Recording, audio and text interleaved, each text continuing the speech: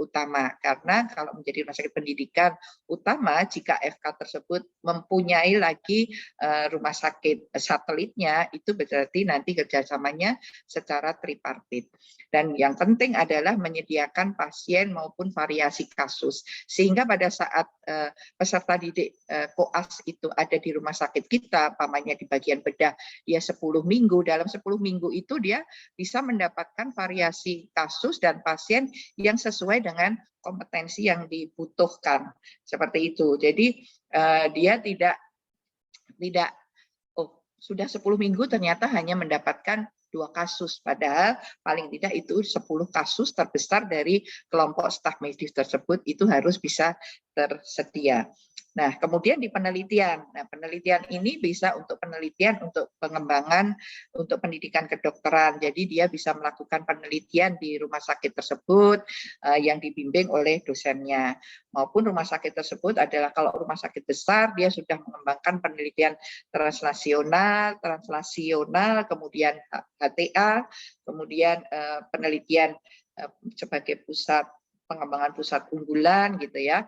Nah, ini juga bisa dikembangkan seperti itu. Bapak Ibu sekalian, jenis-jenis rumah sakit pendidikan untuk diingatkan kembali kan ada 3. Jadi yang pertama adalah rumah sakit pendidikan utama, rumah sakit pendidikan afiliasi, rumah sakit pendidikan satelit. Nah, 3 jenis rumah sakit pendidikan ini yang bekerja sama dengan Fakultas Kedokteran. Apa sih rumah sakit pendidikan utama? Rumah sakit pendidikan utama itu bisa rumah sakit umum, bisa rumah sakit gigi dan mulut. Nah, rumah sakit pendidikan utama adalah rumah sakit yang bisa memenuhi seluruh atau sebagian besar kurikulum guna mencapai kompetensi. Sebagian besarnya di mana? Sebagian besar itu semuanya bisa, cuman mungkin ada satu, katakanlah jiwa, ada dokter jiwanya tetapi tidak ada rawat inap untuk jiwa. Nah, ini biasanya bekerja sama kembali dengan rumah sakit pendidikan afiliasi, karena rumah sakit pendidikan afiliasi adalah rumah sakit khusus.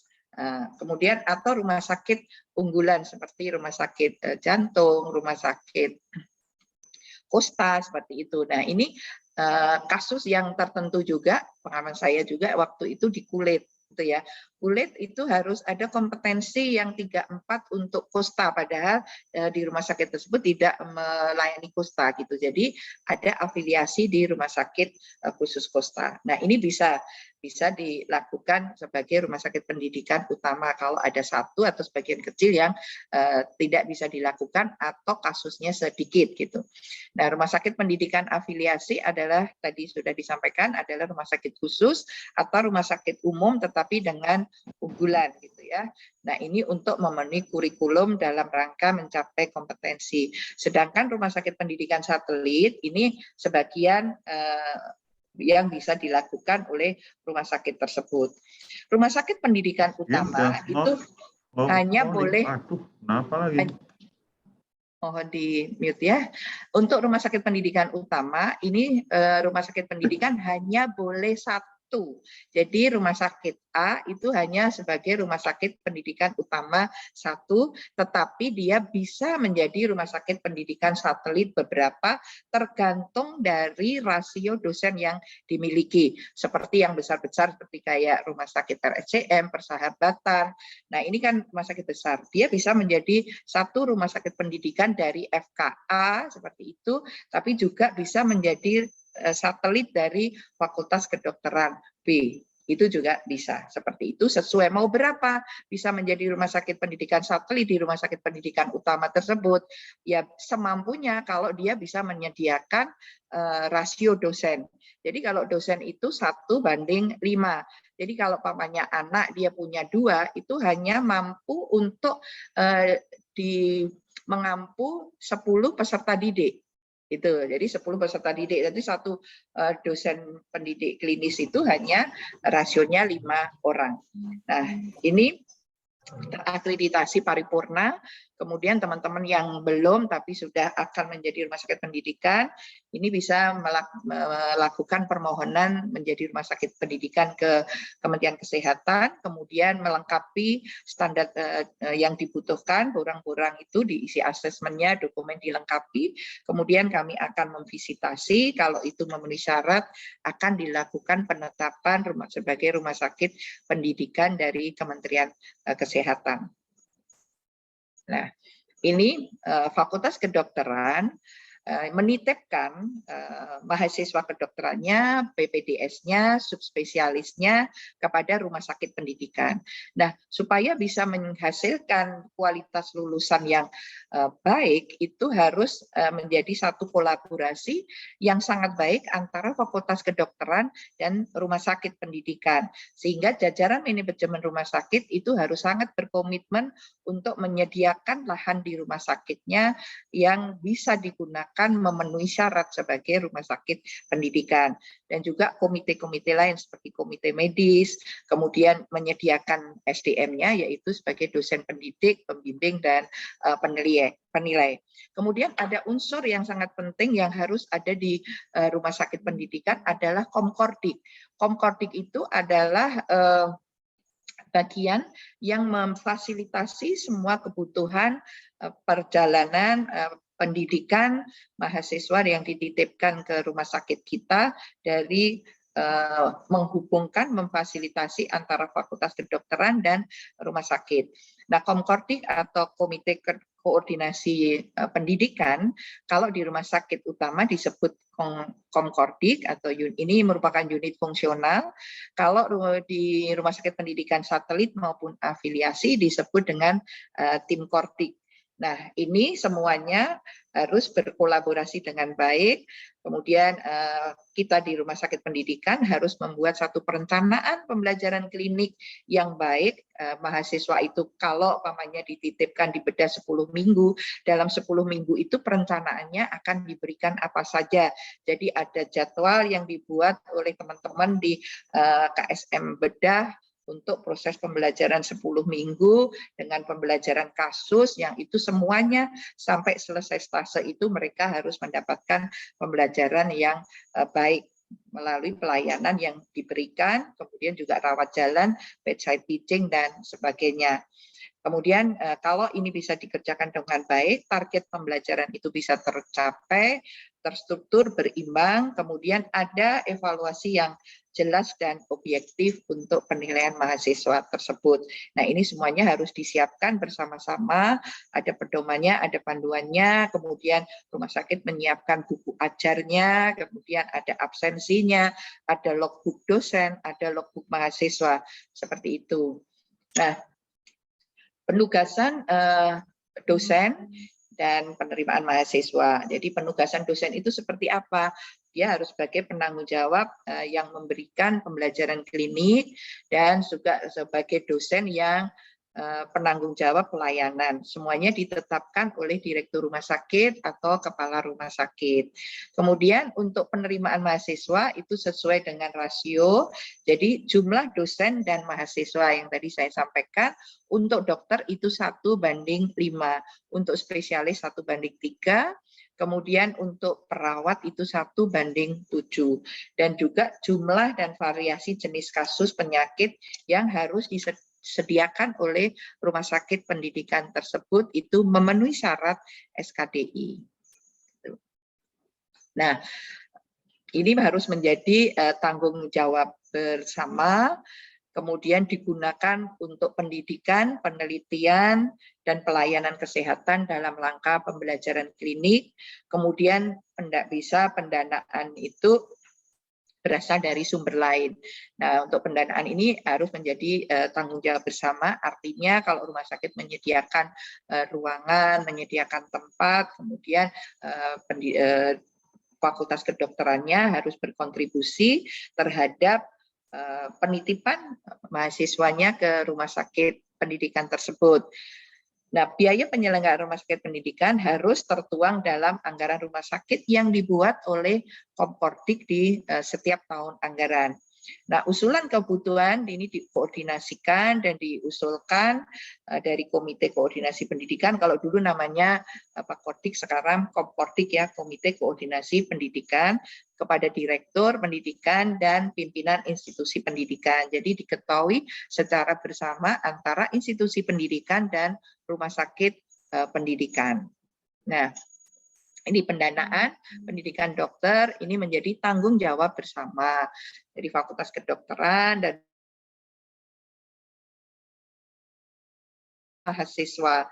Ini termasuk PHP karena ya ini nggak mungkin ditanggung oleh rumah sakit dan ini harus tertuang dalam RBA di rumah sakit. Sedangkan Fakultas Kedokteran yang menitipkan mahasiswanya ini harus memberikan pendanaan. Kemudian pembayarannya bagaimana? Pembayarannya berdasarkan unit cost yang sudah dibuat oleh Rumah Sakit Pendidikan melalui Komkordik dan disetujui oleh kedua belah pihak. Jadi unit cost ini biasanya ada unit cost di setiap stase dan bagian. Besarannya itu mungkin bisa berbeda-beda. Jadi tergantung lama dan waktu serta kebutuhan yang dibutuhkan oleh mahasiswa tersebut pada saat stase di masing-masing bagian. Karena kalau ini tidak ditanggung oleh Fakultas Kedokteran atau yang menitipkan, ini akan mempengaruhi unit cost rumah sakit. Kan tidak mungkin rumah sakit itu menanggung, sehingga yang terjadi bisa produk itu menjadi mahal. Kenapa menjadi mahal? Karena PMHP yang dibutuhkan akan dibebankan kepada pasien. Sedangkan mahasiswa kedokteran itu tidak membantu fungsi pelayanan di rumah sakit. Itu yang dikatakan menjadi beban rumah sakit. Risiko keuangan untuk praktek kan di kelas 3 maupun pasien BPJS. Nah, sedangkan rumah sakit harus kendali mutu dan kendali biaya karena paketnya sesuai dengan INASIBIJIS. Ini yang mesti dibicarakan secara baik antara Fakultas Kedokteran dengan rumah sakit pendidikan. Nah, Bapak Ibu sekalian, sekali lagi peran dosen di rumah sakit pendidikan harus bisa menjadi role model, karena itulah yang akan dilihat anak didik kita, penerus-penerus kita, bagaimana saat dia diajarin atau dibimbing oleh para dosen klinis ini. Dan pada saat nanti dia sudah bisa menjadi dokter sendiri, hal-hal yang baik yang diterima saat mereka menjadi koas di rumah sakit pendidikan itu sangat mempengaruhi pola kerja mereka. Sehingga peran dan tanggung jawab dosen di rumah sakit pendidikan ini sangat-sangatlah penting. Jadi dia harus bisa menjadi role model yang baik, menjadi fasilitator yang baik, menjadi penguji yang baik, kemudian dia harus bertanggung jawab sebagai pengembang sumber daya tenaga kesehatan berikutnya, dan dia harus bisa membuat satu perencanaan di dalam proses pendidikan itu dan yang baik dan sesuai dengan kompetensi, dan dia harus bisa memberikan informasi dalam proses pembelajaran yang baik. Oleh sebab itu ada persyaratannya nantinya dokter yang spesialis yang akan menjadi pembimbing itu yang seperti apa, tidak serta-merta langsung bisa menjadi pembimbing klinik. Ada syarat paling tidak dia di dalam rumah sakit tersebut sudah minimal 3 tahun menjadi dokter spesialis, itu baru bisa diangkat menjadi pembimbing klinik atau supervisor klinik oleh direktur rumah sakit, gitu ya, dengan usulan dari komite dari KSMF-nya, ketua KSM-nya, kemudian disampaikan kepada komite medik, jadi sesuai dengan sudah dikredensial, kemudian diserahkan pada Komkordik, diserahkan kepada direktur, dan direktur memberikan surat penugasan sebagai pembimbing klinik. Nah, seperti itu nanti akan kita jelaskan lebih detail. Nah, itu tadi ya, jadi dokter harus kompeten dalam memberikan pelayanan, mempunyai keterampilan klinis yang bagus.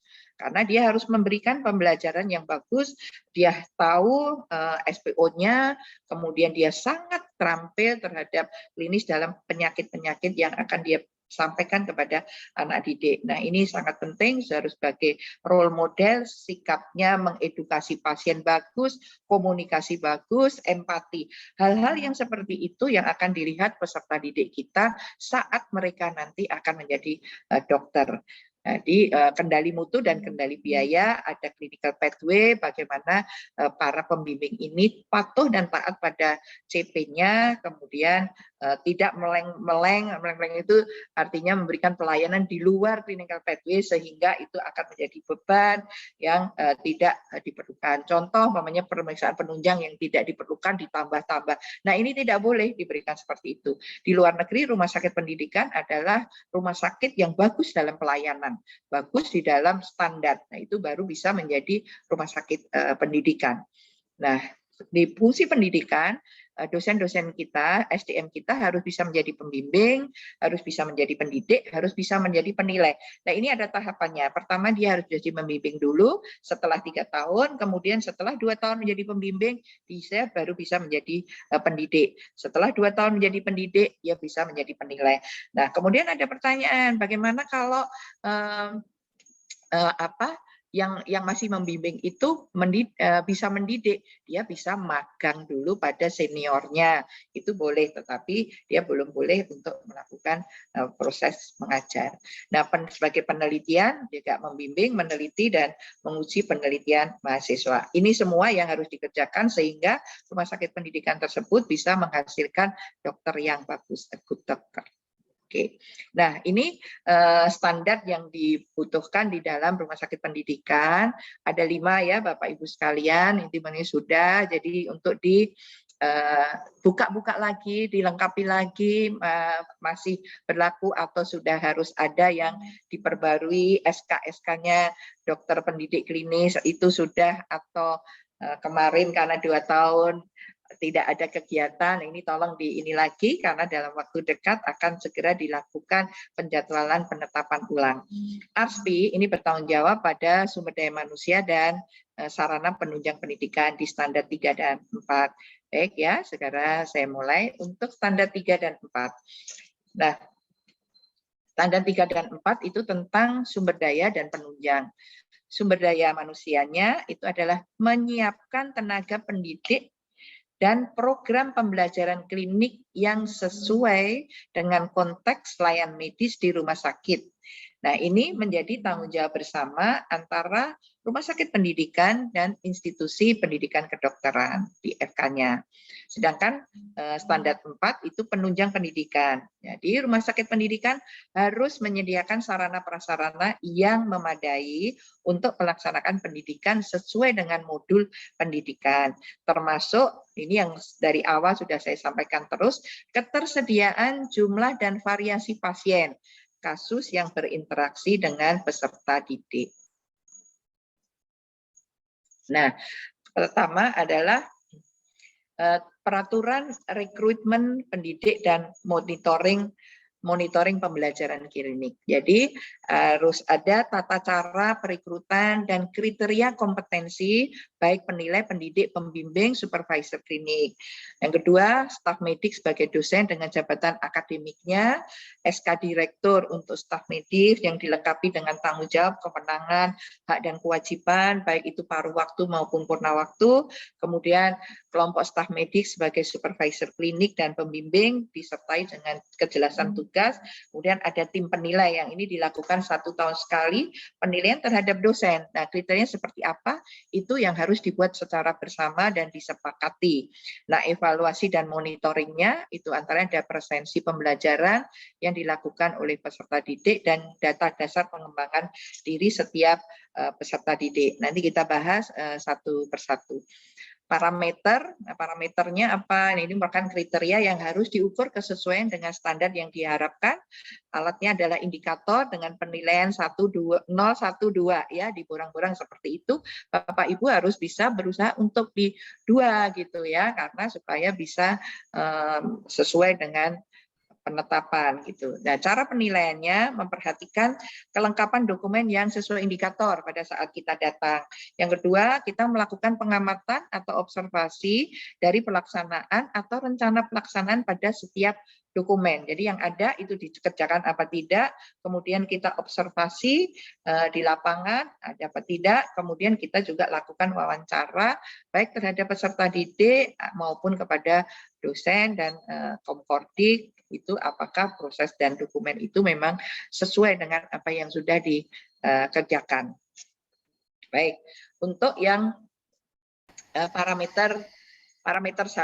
Nah, saya bicara yang langsung di nomor 2 ya. Kalau 0 itu nggak ada kriteria rekrutmen. Yang nomor 1 itu sudah ada kriteria tapi belum ditandatangani bersama oleh Direktur Rumah Sakit maupun dari FK.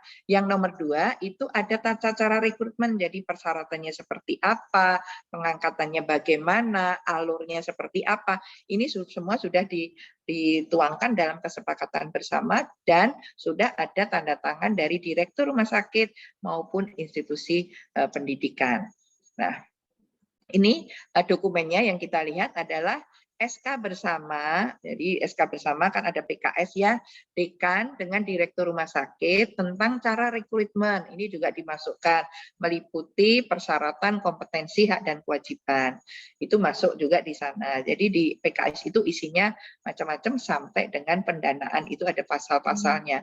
Kemudian observasi, apakah semua pendidik yang direkrut sudah disetujui bersama. Jadi ada rekomendasi, ada usulan. Nah, itu nanti dari mana usulannya yang tadi sudah kita sampaikan. Ada bukti rekomendasi dan persetujuan pimpinan rumah sakit untuk semua staf pendidik sesuai dengan rencana pengembangan. Jadi rasio itu tadi.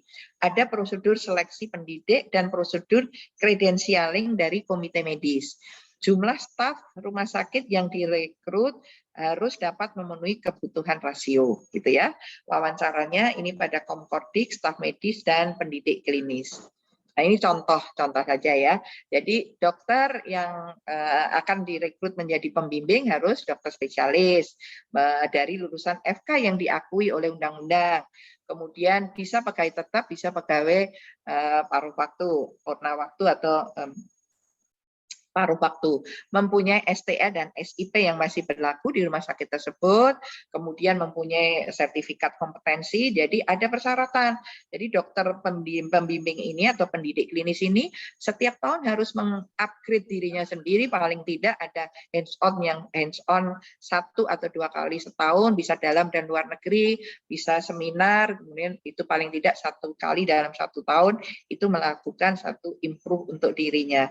Dan mempunyai track record yang berkelakuan baik selama menjadi pegawai rumah sakit tersebut, sehingga itu yang menjadi rekomendasi dari direktur untuk diangkat sebagai pembimbing, gitu ya. Diusulkan oleh pimpinan rumah sakit berdasarkan rekomendasi tadi, Komkordik, komite medik, usulan KSA, berdasarkan rapat KSM. Ini tahapan-tahapannya seperti itu, dan menandatangani kesanggupan sebagai tenaga pengajar Fakultas Kedokteran tersebut. Jadi ada fakta integritas. Jadi kalau memang sudah mau, dia memang harus berkomitmen secara penuh untuk mendidik anak-anak didik kita. Nah, ini tata cara rekrutmen dosen luar biasa dari Rumah Sakit Pendidikan. Diusulkan oleh KSM terkait kepada komite medik berdasarkan rapat. Kemudian diusulkan komite medik kepada Komkordik. Kemudian diusulkan oleh Komkordik kepada pimpinan rumah sakit. Kemudian pimpinan rumah sakit mengusulkan kepada dekan nama-nama yang akan diangkat sebagai dosen luar biasa. Dan kemudian FK berdasarkan mekanisme yang ada akan mengangkat dosen luar biasa tersebut dari mitranya rumah sakit pendidikan yang dipakai untuk wahana pendidikan mahasiswa kedokterannya. Nah, ini ya. Nah, pembimbing atau supervisor klinik, ini tadi persyaratannya, contoh gitu ya. Jadi mempunyai kemampuan sesuai kompetensinya dan sudah diimplementasikan. Jadi minimal 3 tahun sudah lulus bekerja di rumah sakit, sudah jadi DPJP, ini bisa menjadi pembimbing atau supervisor klinik. Oke. Nah, setelah 3 tahun diusulkan mereka memang baik selama ini, perilakunya baik, penanganannya terhadap pasien baik, bisa menjadi pembimbing. Kemudian setelah 2 tahun menjadi pembimbing, ini bisa diangkat lagi menjadi pendidik atau pengajar.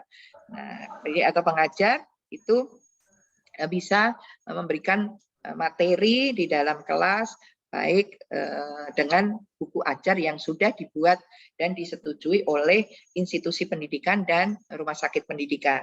Kemudian setelah 2 tahun menjadi pendidik, baru bisa menjadi penguji atau penilai. Jadi setelah 1 stase selesai, itu akan dilakukan penilaian. Nah, kalau di rumah sakit tersebut sudah mempunyai pengalaman semua, bisa dilakukan sendiri oleh rumah sakit pendidikan. Bila belum, itu nanti biasanya pengalaman saya itu penilainya dari kedua belah pihak, kayak gitu. Nah, kemudian parameter 2, seluruh staf KSM yang menjadi tenaga pengajar, baik penilai, pendidik, dan pembimbing, itu diangkat sebagai dosen luar biasa institusi pendidikan berikut jabatan akademiknya ya dari dekan. Nah, ini di semua yang sudah diangkat oleh disetujui diangkat oleh direktur rumah sakit, diusulkan kepada institusi pendidikan, harus ada SK dari dekan dengan jabatan akademiknya sebagai pengajar, sebagai ini, dan itu juga sebagai ada jabatan akademik kan ada lektor, rektor kepala, itu juga diberikan seperti itu dari institusi pendidikan. Nah, pengangkatan dosen luar biasa ini biasanya kan kalau dia si dosen tersebut berhalangan tetap atau sakit tidak bisa mengajar, sehingga biasanya ada waktunya, bisa 1 tahun, ada juga yang memberikan SK itu 6 bulan, gitu. Jadi per semester. Nah, ini tergantung dari kesepakatan kedua belah pihak. Yang penting masih berlaku SK tersebut sehingga dia berhak untuk mengajar di anak didik yang dititipkan di rumah sakit.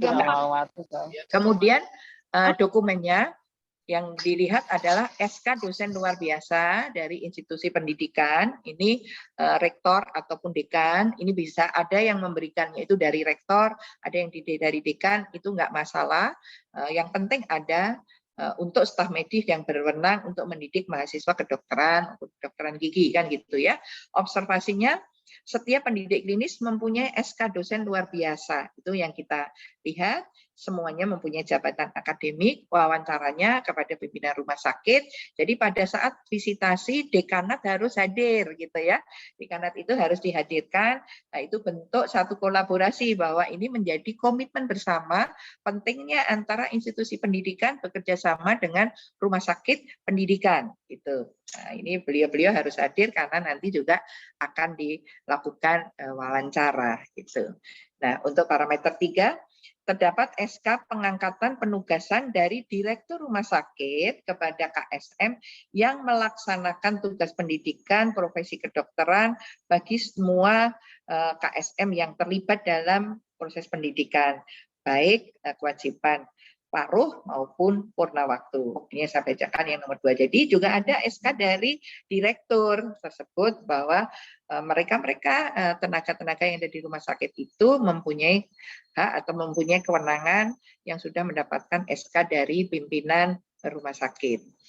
Nah, dokumentasinya adalah SK pengangkatan penugasan staf medis dari pimpinan rumah sakit untuk staf rumah sakit dan FK, kalau ada dari FK yang melaksanakan tugas pendidikan profesi kedokteran di rumah sakit. SK ini mencakup penjelasan tentang kategori, tanggung jawab, kewenangan, dan hak dari kewajiban purna maupun paruh waktu.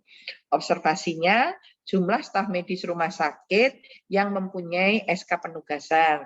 Karena untuk membimbing klinis itu perlu SIP dan yang ada di rumah sakit pendidikan. Kalau ada dari dosen FK yang juga membantu mengajar, ya dia harus punya SIP di rumah sakit tersebut.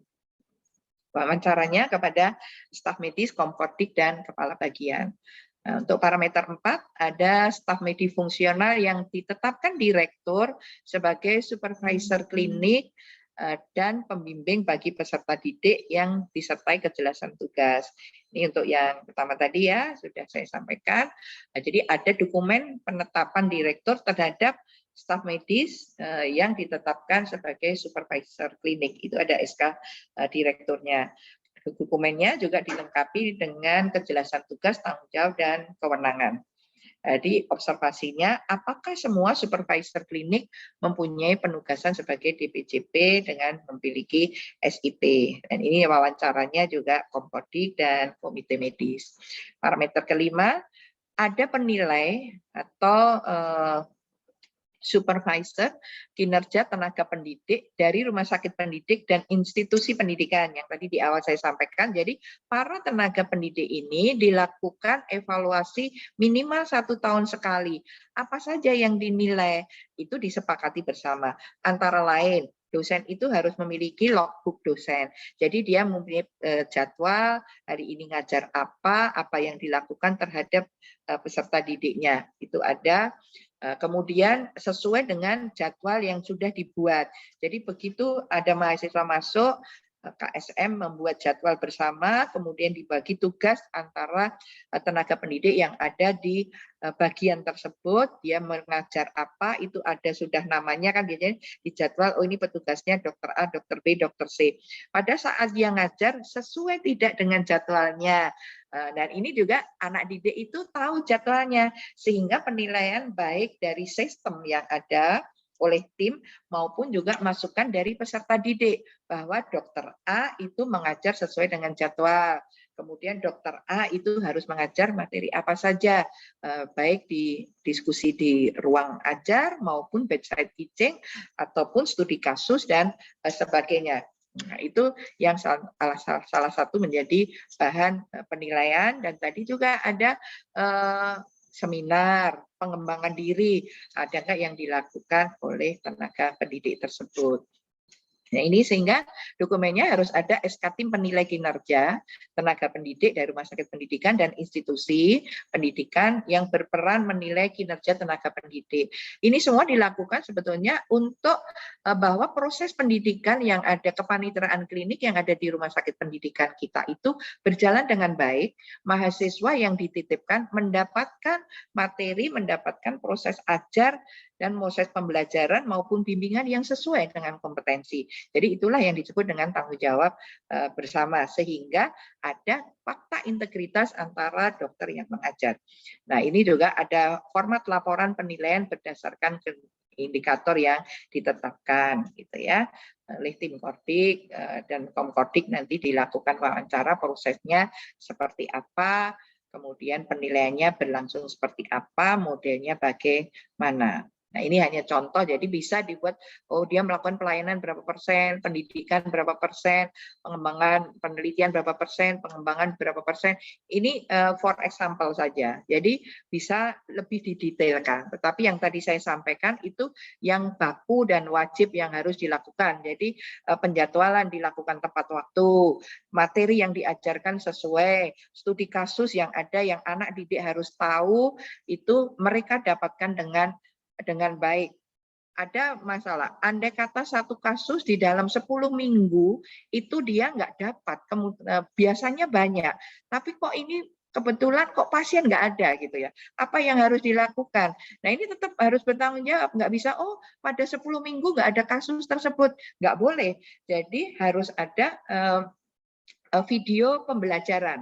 Nah, ini bisa diajarkan lewat seperti itu, andai kata terpaksa tidak ada. Itu untuk menambah. Jadi, rumah sakit pendidikan harus mempersiapkan juga video-video kasus-kasus yang ada. Jadi, kalau ada kasus yang bagus, yang ini tuh bisa dibuat film, video yang bisa dipakai menjadi bahan ajar pada mahasiswa dan untuk diskusi di kelas, seperti itu.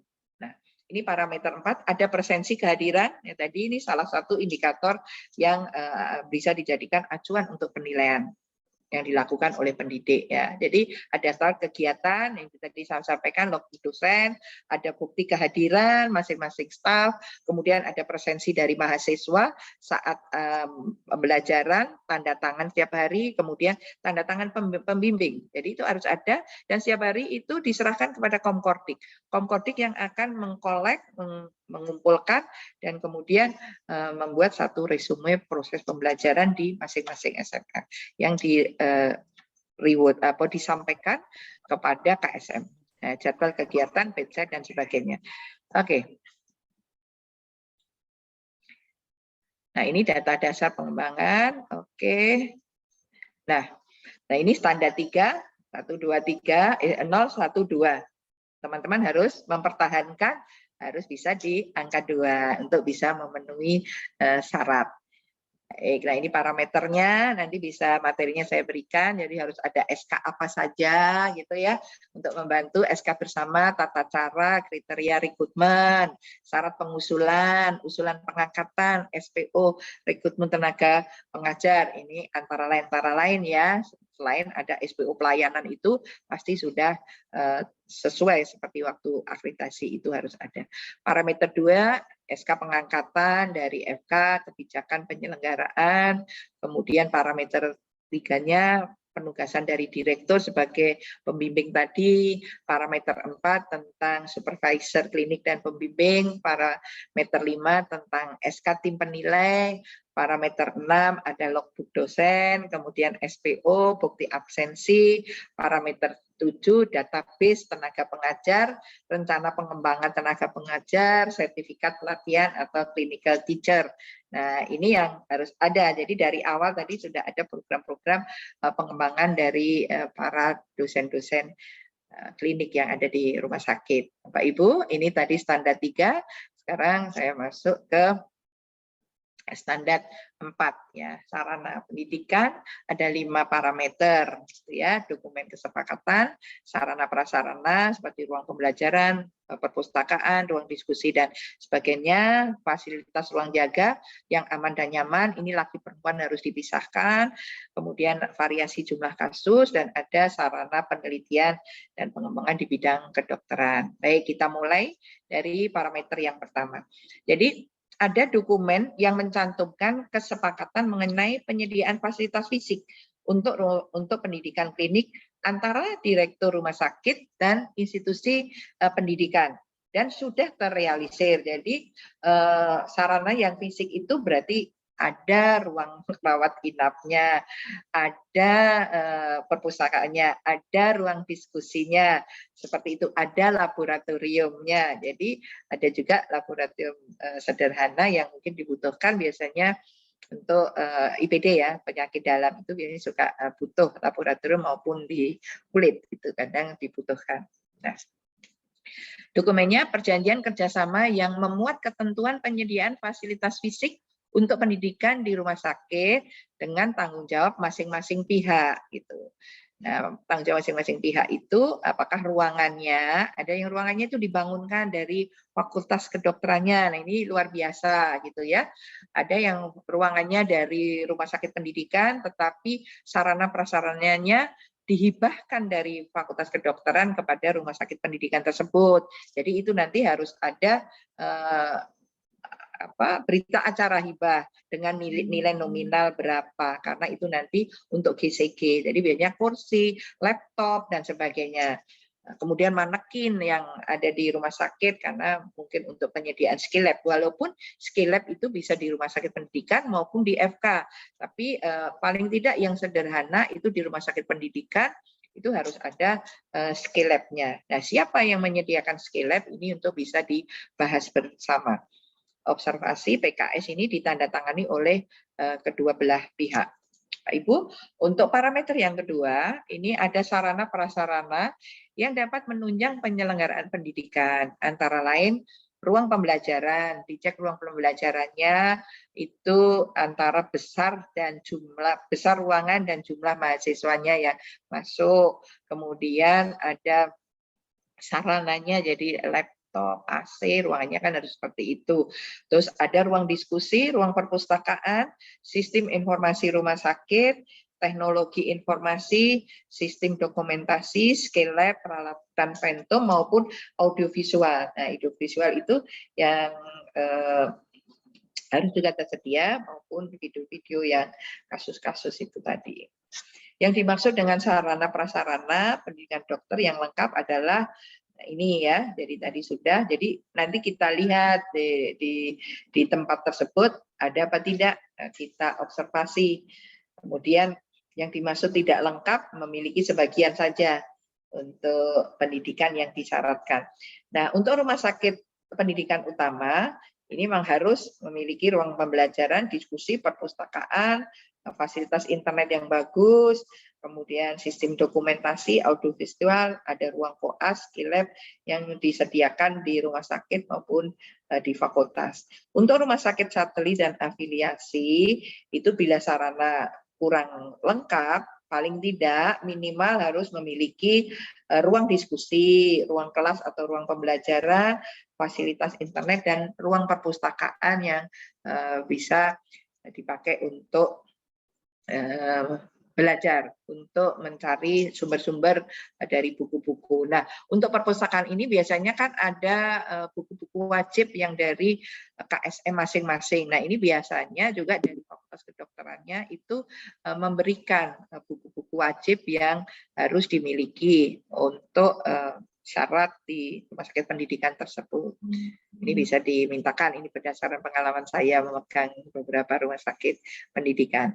Jadi ada ruang-ruang yang dipakai untuk proses pembelajaran lengkap dengan SK penggunaannya. Jadi ruang A ini digunakan untuk ini harus ada SK-nya. Jadi ruang 1 atau ruang mawar diberi nama apa sebagai ruang pembelajaran ini harus ada SK. Dan pada saat penggunaannya itu dalam tanggung jawab Komkordik. Jadi penjadwalan ruang tersebut dipakai untuk hari ini katakanlah jam sekian sampai jam sekian ini dipakai untuk pembelajaran yang stase anak, nanti jam sekian dipakai untuk stase jantung, umpamanya seperti itu, sehingga tidak saling bertubrukan. Ini harus di mekanisme dengan baik.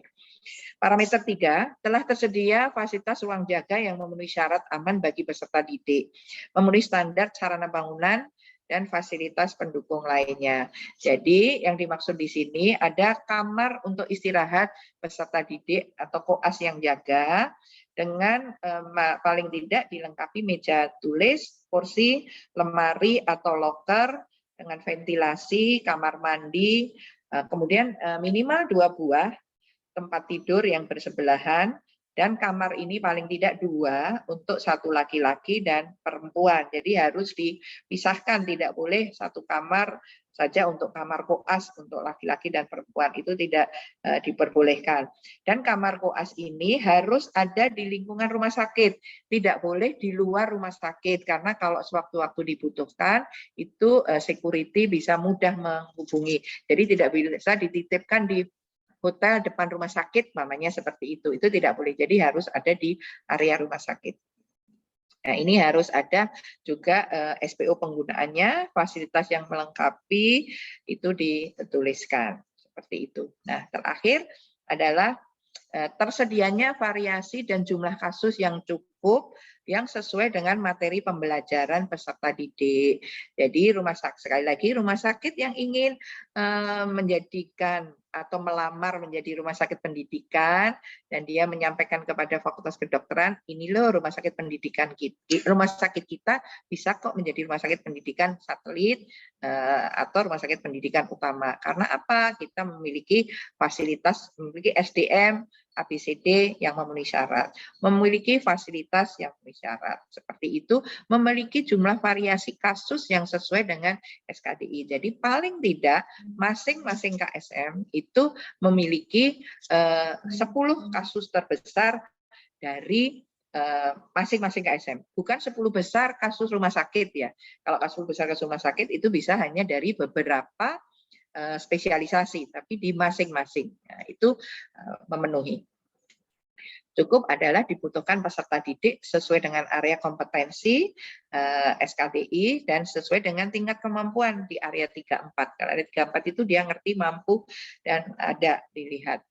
Dianggap tidak tersedia atau kurang dari 50%, nah, kurang itu 50-75%. Tapi kalau lebih dari 75% ini berarti cukup. Gitu. Laporan 10 diagnosis penyakit terbanyak dari masing-masing KSM. Nah, itu tadi yang saya sampaikan. Laporan kasus oleh mahasiswa, kasus kematian, penata laksanaan kasus yang didapat dari praktek dan lain-lain. Jadi ini paling tidak kasusnya adalah 10 diagnosis terbanyak dari masing-masing KSM. Dari 10 diagnosis terbanyak ini paling tidak harus ada buku ajarnya gitu ya. Nah, parameter 5 ada sarana penelitian dan pengembangan di bidang kedokteran. Jadi bisa menjadi wahana penelitian kedokteran di rumah sakit tersebut. Yang dimaksud sebagai sarana penelitian ini adalah ada laboratorium pelayanan, laboratorium biomedik bisa kalau yang lengkap, dan dapat juga dipakai untuk penelitian mahasiswa, penelitian dokter, pendidik klinis, serta bangsal perawatan yang dapat digunakan untuk penelitian mahasiswa. Yang dimaksud dengan pengembangan di bidang kedokteran adalah agenda penelitian dan informasi tentang keberadaan dan kesesuaian roadmap penelitian dengan sarana prasarana, sumber daya manusia, kesesuaian dengan masalah kesehatan masyarakat, serta pelaksanaannya berupa program penelitian untuk peserta didik dan pengajar. Nah, ini yang mesti harus dibahas. Jadi paling tidak secara sederhana para pengajar yang di rumah sakit pendidikan itu harus ada kegiatan setahun sekali, ada penelitian lah, penelitian sederhana, kasus yang ditangani itu bisa dilakukan penelitian. Nah, ini untuk salah satu prasyarat menjadi dosen pendidik klinis. Ya, ada SK, SPO penggunaan fasilitas penelitian yang dipergunakan peserta didik maupun dokter pendidik klinis. Kemudian buat pedoman penelitian. Nah, pedoman penelitian ini bisa melihat dari pedoman penelitian dari Kemkes ya, Kemenkes, Komisi Etik Penelitian Rumah Sakit. Ini juga diakreditasi yang biasanya juga ada pedoman penelitian. Nah, ini tolong bisa dicek dan kalau yang belum dibuat bisa segera dibuat gitu ya. Ada hasil penelitian yang dihasilkan oleh peserta didik maupun dokter pendidik klinis. Jadi penelitian dihasilkan oleh peserta didik ini juga studi kasus yang ada itu bisa ditulis sebagai bentuk penelitian. Nah, ini bisa disimpan menjadi hasil dari penelitian peserta didik selama dia stase di rumah sakit kita. Nah, ini sama penilaiannya 0, 1, 2. Kalau 0 itu tidak ada, 1 sebagian. Kalau 2 itu sarananya ada, tercukupi, dan memenuhi syarat. Ini parameter yang Bapak Ibu mesti siapkan, ada PKS, ada nama alat-alat yang digunakan, apa saja, itu yang penting semua ada SK-nya, kemudian SK ruang jaga koas. Kemudian parameter 4, laporan 10 besar penyakit raja, masing-masing disiplin ilmu, laporan 10 besar penyakit ranap, masing-masing disiplin ilmu, nah, bukan 10 besar penyakit di rumah sakit. Nah, kemudian parameter 5 adalah SK pedoman pendidikan dan SK pedoman penelitian. Jadi bikin pedoman penelitian yang ada di rumah sakit, kemudian ada pemberlakuan dengan SK direktur, kemudian buat pedoman penelitian, kemudian di SK-kan menjadi SK direktur bahwa pedoman penelitian ini yang dijalankan di rumah sakit pendidikan. Bapak Ibu sekalian, demikian yang bisa saya sampaikan. Mudah-mudahan cukup jelas bagi teman-teman yang refreshing, yang sebenarnya sudah tahu, sudah paham semua. Saya lihat itu para rumah sakit besar juga, saya kira ini sudah yang kesekian kalinya hanya refresh untuk bisa saling ketemu lagi.